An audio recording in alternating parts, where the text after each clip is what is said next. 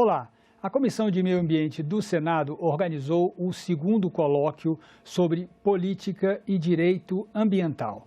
E nós vamos conversar hoje aqui no Cidadania com o presidente da Comissão de Meio Ambiente, senador Jacques Wagner, e também com um dos palestrantes do evento, que é o ministro do Superior Tribunal de Justiça, Herman Benjamin.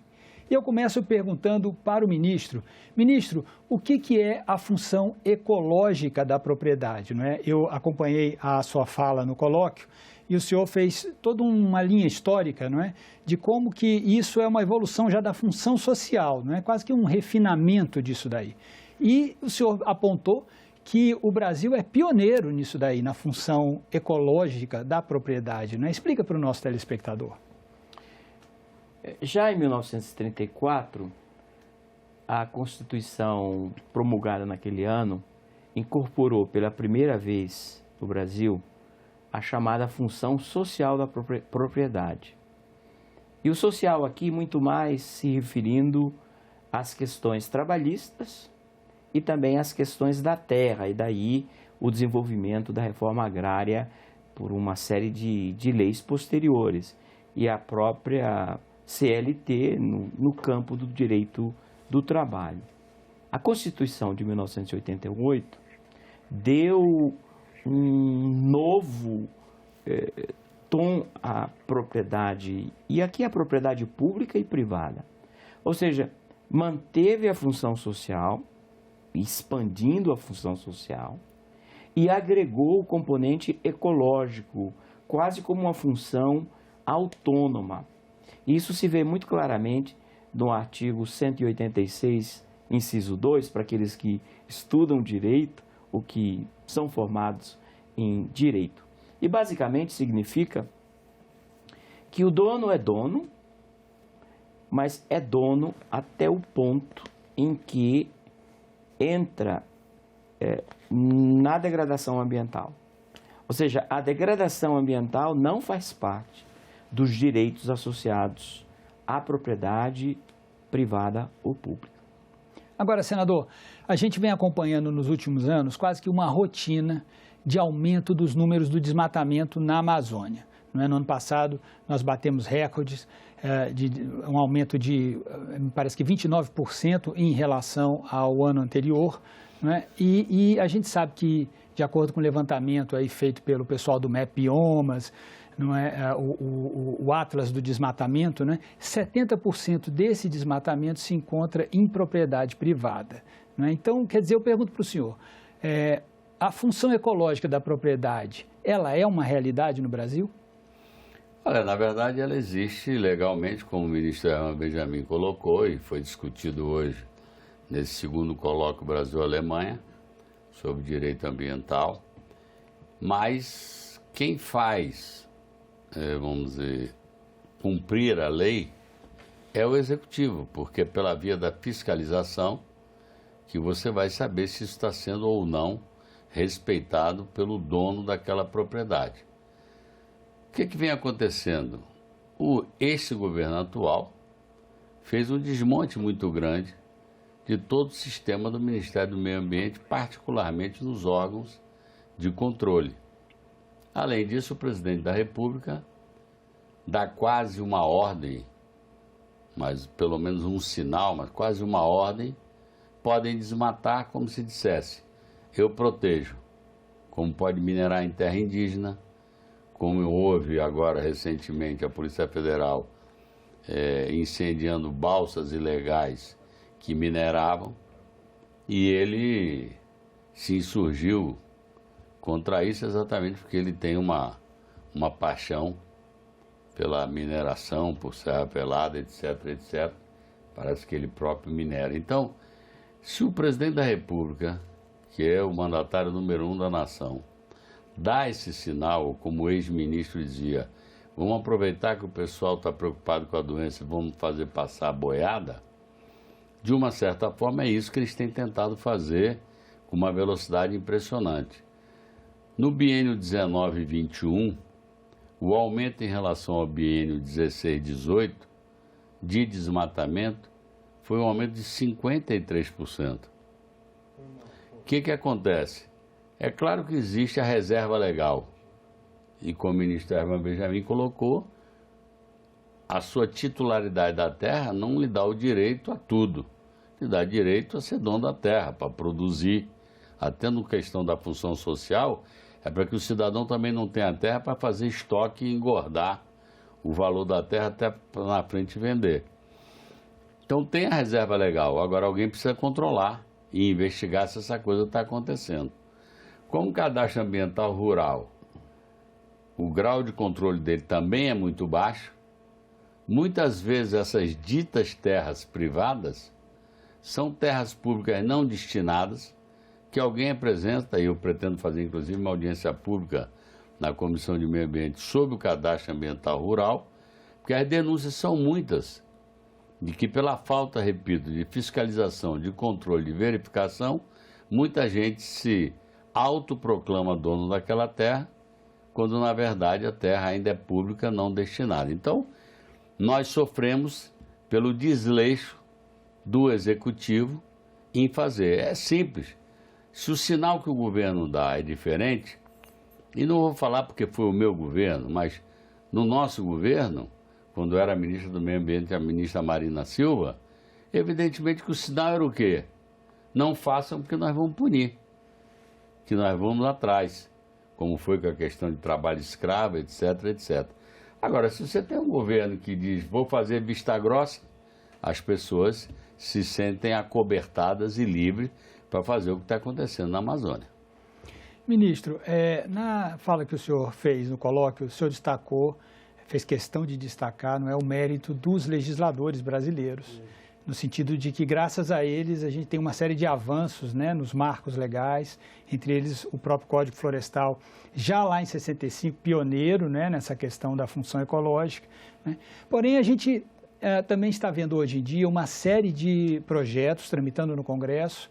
Eu pergunto para o senhor, por exemplo, esse que permite mineração em terras indígenas, a questão da regularização fundiária na Amazônia, que o senhor também já esteve discutindo aqui no Senado.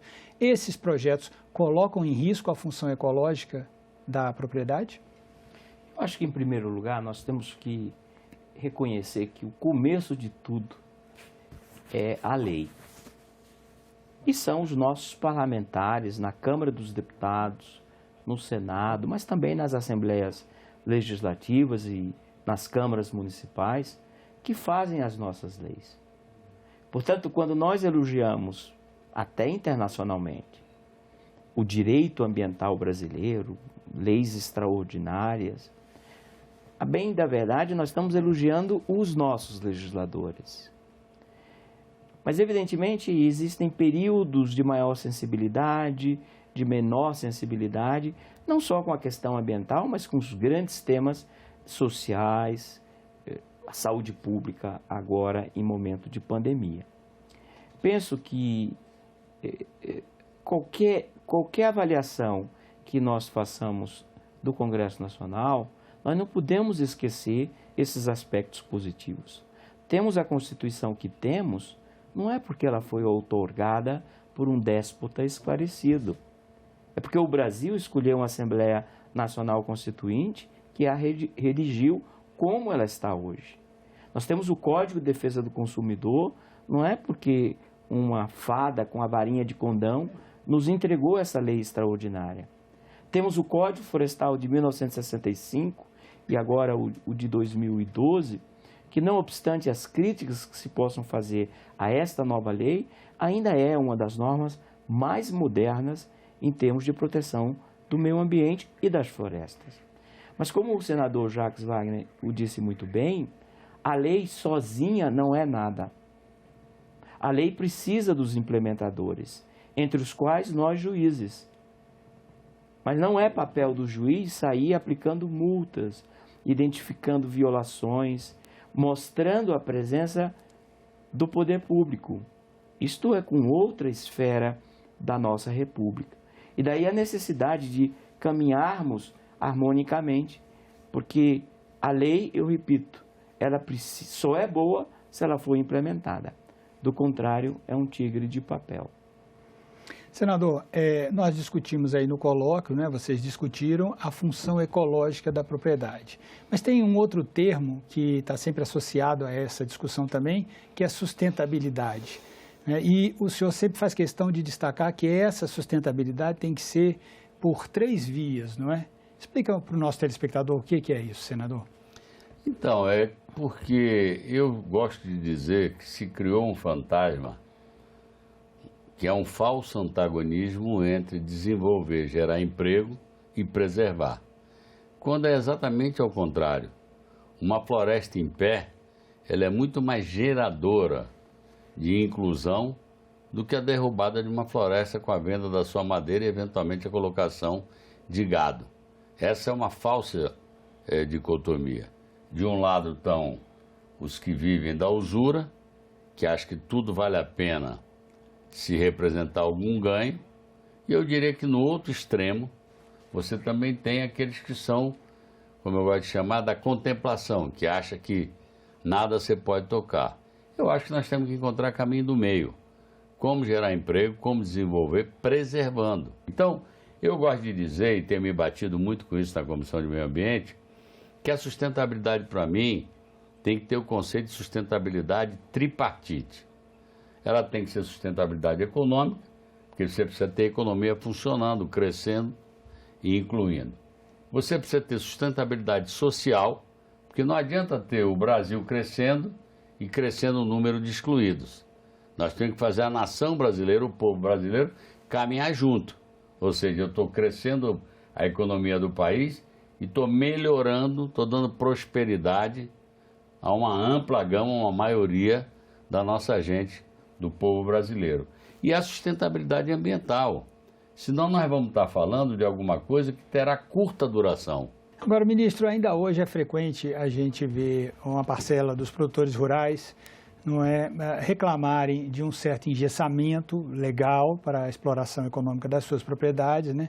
Justamente essas áreas de preservação que precisam ser mantidas, reserva legal e tudo, né? Então eu pergunto, a função ecológica, ela é um entrave para o desenvolvimento econômico ou é o inverso? Qualquer intervenção do legislador tem que levar em conta o fato de que nós não podemos criar mais burocracia, estimular a corrupção e impedir o desenvolvimento que é absolutamente legítimo. Isso vale para todas as áreas, inclusive para o meio ambiente. A legislação estabelece procedimentos, mas os procedimentos que sejam indispensáveis para alcançar os seus objetivos. Portanto, é possível que haja, às vezes, um aumento do nível de burocracia, mas hoje, o que nós assistimos no país todo, e poderia estar muito melhor se houvesse investimento, é a ampliação dos mecanismos até de utilização de inteligência artificial. Tudo aquilo que antes era caríssimo, fazer o mapeamento, mandar os especialistas a campo, no meio do nada, tudo hoje pode ser feito com um emprego de alta tecnologia. Mas nós não podemos tratar a propriedade rural de uma forma que seja absolutamente diferente da propriedade urbana. Nós, os que moramos na cidade, mas que dependemos do campo, nós não reclamamos e achamos que é uma burocracia o fato de que no meu terreno, na cidade, eu não posso ir além do gabarito. Eu não posso violar o recuo que é exigido para o bem de todos. E aí, igualmente, na propriedade rural, as áreas de preservação permanente, as matas ciliares, o senador Jacques Wagner fez menção há pouco, as inundações, as secas. Nós temos que proteger os recursos hídricos. E a melhor forma de proteger recursos hídricos, e a produção rural depende fundamentalmente desse insumo natural, desse capital natural, a melhor forma de proteger os recursos hídricos é cumprindo as exigências da legislação quanto às áreas de preservação permanente. Portanto, em síntese, a função ecológica da propriedade é sim um limite à explorabilidade total, absoluta do imóvel, mas não é diferente daquilo que nós aceitamos quase como um fato da natureza nos imóveis urbanos. Senador, a gente aqui dessa nossa conversa depreende que a função ecológica da propriedade, ela é uma realidade no Brasil, ela surge aqui de forma pioneira, porém existe uma série de processos em curso, sobretudo aqui no Congresso, marcos legais que estão sendo revistos, né? O senhor acha possível um retrocesso nesse aspecto? Olha, como disse hoje no colóquio a ministra Carmen Lúcia, todas as mudanças são admissíveis, porque o Congresso está aí para rever até a Constituição através de um projeto de emenda constitucional. Mas todo retrocesso é inconstitucional, principalmente nessa área. Porque nós estamos aqui conversando em 2022. Quando houve a ECO 92, a realidade era outra, muito menos, eu diria assim, emergencial do que é hoje. Então, repito, o mundo todo está atento para isso porque, pela forma como nós nos relacionamos com o planeta, a coisa vem se agravando com uma velocidade e nós eventualmente entraremos numa fase que nós não teremos mais janela de retorno. Ou seja, como recuperar para não perder o que já se perdeu, ou pelo menos para deixar a possibilidade de recuperar. Mas, infelizmente, alguns, com o discurso que é preciso precarizar a lei para poder fazer as coisas andarem, tem proposta como da regularização fundiária, como da flexibilização da legislação ambiental. Repare, eu não sou contra a mudança. Eu estou fazendo política há mais de 30, 40 anos, buscando mudar para melhor. Agora, quais são os argumentos? A regularização fundiária é lenta, mas ela é lenta porque a lei é ruim ou ela é lenta porque o executivo não coloca celeridade no processo? Eu conheço muita gente que de boa fé foi para os estados da Amazônia numa política de ocupação pensada pelo governo militar do ponto de vista da segurança das nossas fronteiras. Porque, óbvio, área 100 pessoas, alguém invade. Se você tiver alguém trabalhando, ele próprio vai cuidar daquilo. E muitas dessas pessoas, sei lá, 30, 20 anos, 30 e tantos anos, até hoje não tem o título de terra. Mas a lei já prevê a titulação. Então era melhor que a gente aplicasse a lei e se chegássemos num ponto de estrangulamento, onde efetivamente a lei se mostrasse inoperante, a gente mudasse. Mas não esgotamos o uso da lei atual, assim como não esgotamos a lei de licenciamento. Não dá estrutura para o órgão. Aí é fácil dizer, demora muito para licenciar, mas demora por conta da lei ou demora por conta da falta de estrutura. Vou repetir, eu sou amplamente a favor de que a gente otimize o processo, que a gente modernize, até porque, como disse o ministro Herman Benjamin, a cada ano surge uma tecnologia nossa, nova, que facilita a nossa vida. Hoje eu, por satélite, posso perceber onde é que está havendo queimadas, etc. Agora, por favor, a eventual inoperância do Estado brasileiro não pode ser justificativa para a precarização da legislação. Ministro, numa perspectiva comparada, né, com a Alemanha, né, nós nesses colóquios, nesse segundo colóquio, tivemos mais uma vez a oportunidade de ouvir legisladores alemães, técnicos, pessoas que tratam desse tema lá. Quer dizer, como é que é a nossa situação comparativamente à deles, né? Qual é a situação da função ecológica no Brasil comparada com ela na Alemanha? Muitos países já prevêem, seja na jurisprudência ou mesmo na legislação, e nem sempre utilizando a expressão abertamente, uma função ecológica da propriedade. É a base de toda a legislação ambiental, esse princípio de que explorar economicamente é possível, mas aquela ideia antiga de explorar a seu gosto e destruir tudo para depois abandonar, já não se admite mais. Há países na América Latina, como a Colômbia, com a Constituição posterior à nossa, que foi até mais além, no que se refere a um regramento da função ecológica da propriedade. E outros posteriores à Colômbia, como o Equador e a Bolívia, que reconheceram Pachamama, a Mãe Terra, como sujeito de direitos. Há uma variação entre esses países todos, os europeus, mas a tendência é uma só. Não é possível, hoje, se ignorar a questão ambiental. Mas ainda no momento de uma crise climática inegável. Além disso, não é possível achar que o direito de propriedade de hoje é aquele do século XIX. Não é em relação ao trabalhador, não é em relação aos aspectos da produtividade, dos contratos, e não é o mesmo direito de propriedade no que se refere ao meio ambiente. Daí, de novo, a função ecológica da propriedade. Um último aspecto é que a função social da propriedade, como conceito, aparece no mundo em duas constituições, ainda nas primeiras décadas do século XX. Primeiro, no México, na Constituição mexicana, e segundo, na Constituição da Alemanha, chamada Constituição de Weimar. Nós estamos como seguidores desse modelo e dessa inovação.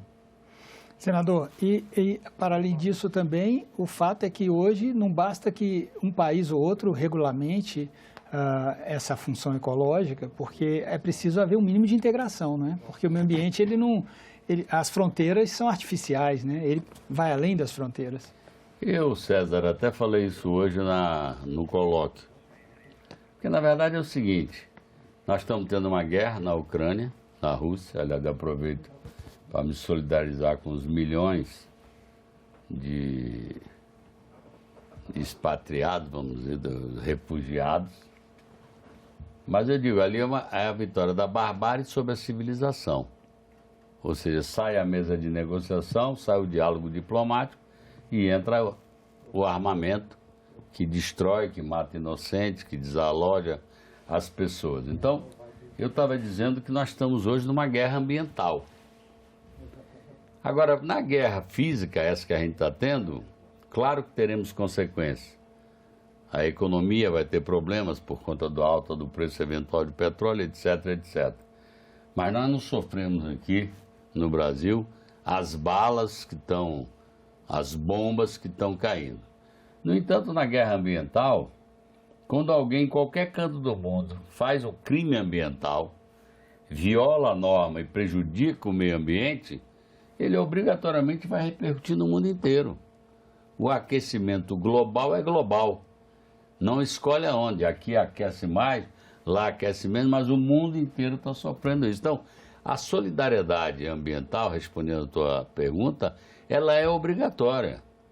É por isso que nós, na Comissão de Meio Ambiente, estamos fazendo um grupo de trabalho internacional na tentativa de fazer intercâmbio de legislações e dar um protagonismo maior aos parlamentos. Que eu repito, solidariedade social, quando há uma tragédia todo mundo é solidário, mas é solidário e o locus da tragédia está ali. A ambiental não. Quando a gente desmata aqui, o mundo inteiro vai sofrer com o problema do fluxo do oxigênio, da água, etc, etc. Então, eu hoje citei até essa frase, que nós estamos em curso uma guerra ambiental, que não vai escolher país, não vai escolher rico ou pobre. É igual a pandemia. A pandemia, de uma certa forma, é também consequência de desequilíbrio ambiental, porque, na verdade, quando você termina com, vamos dizer, o locus onde vive, sei lá, um vírus, qualquer coisa dessa, ele sai e vai procurar outro lugar, e sai acabando, quase todas são zoonoses, as pandemias. São 2 anos que nós já estamos, aliás, mais de 2 anos já. No caso da Europa, começou em novembro de 19, então, na verdade, nós estamos com mais de 2 anos, onde, repito, está escolhendo não.